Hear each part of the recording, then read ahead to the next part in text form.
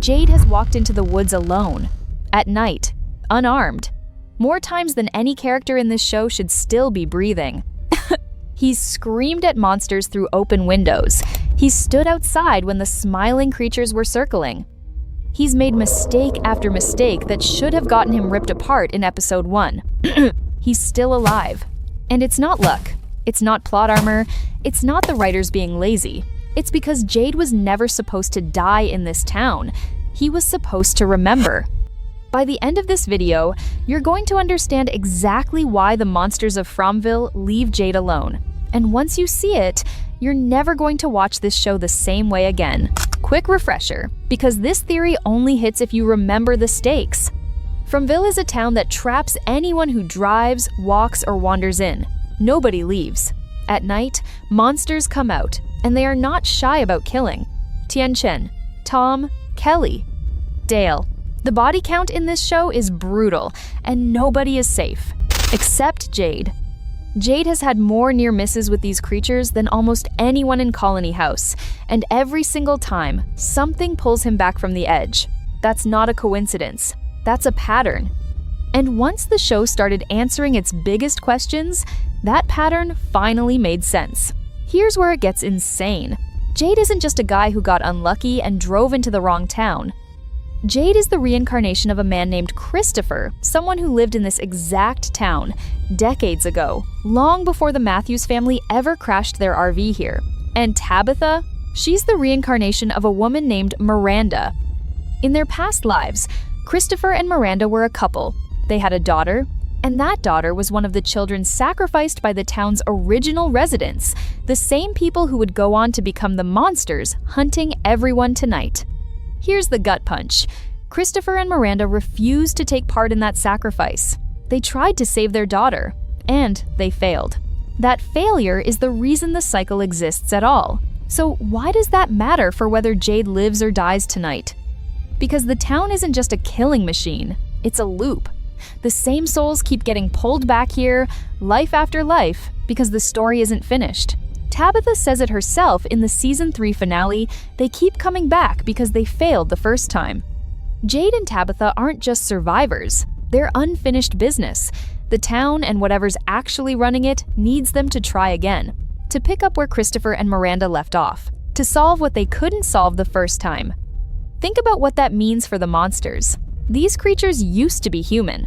They sacrificed their own children for eternal life, and that choice is exactly what turned them into what they are now.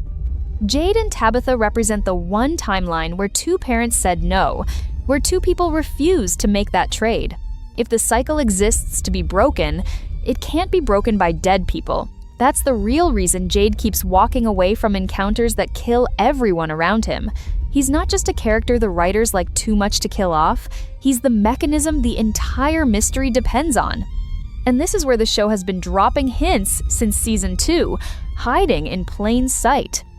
Jade sees things nobody else sees. Dead people. Civil War soldiers bleeding onto his arms.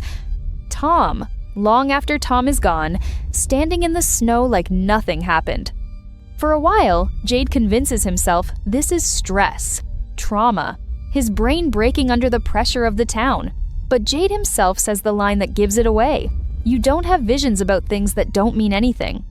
Those visions are Christopher's memories bleeding through. The town or the force behind it is feeding Jade pieces of a story it needs him to remember. That's not something you do to a person you intend to kill off in episode 4. That's something you do to a person you're grooming for a very specific job. The mushroom trip that sends Jade into the tunnels, straight to the chamber where the sacrificed children's bones are buried?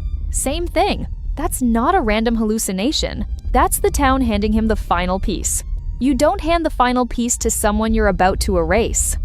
Look back at the show with this lens and it recontextualizes everything. The monsters in Fromville aren't mindless. They're deliberate. They terrorize this town's psychologically dangling hope, then snatching it away because breaking people's spirit is part of what keeps the loop running.